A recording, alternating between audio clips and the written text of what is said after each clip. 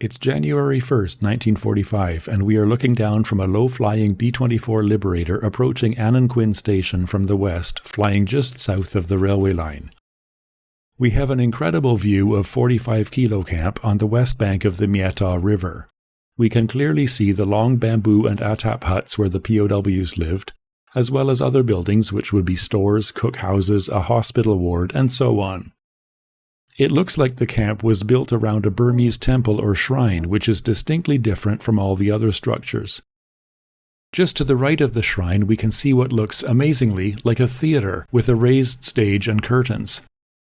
These theatres were built in some of the camps and often appear in POW accounts of camp life. For example, in John Coast's book Railroad of Death, the theatres at Takanoon and Chunkai were a central part of his POW experience. And here one of them seems to have been captured in a photo from a passing Liberator. Just beyond the camp you can see the steel bridge Q105, which was the first steel bridge from the Tanbuzayat end of the line. It was made of 4 100-foot girder spans. The center 2 spans are angular Pratt-type trusses, and the outer 2 are rounded bowstring trusses but slightly flattened. Just behind the steel bridge, you can see the wooden bypass bridge Q105A.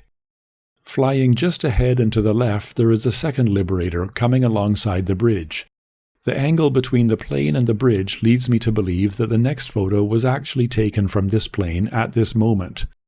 This photo gives us an incredibly clear view of the 2 bridges.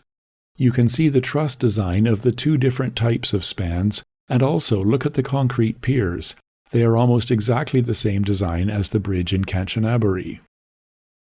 Strangely, the bridge spans seem to be different heights, requiring steps cast into the top of the concrete pillars.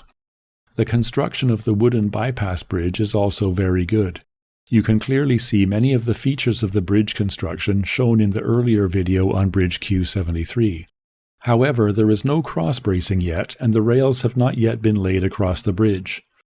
This bridge must have been a very late addition as the Allied bombing raids on the bridges became more frequent.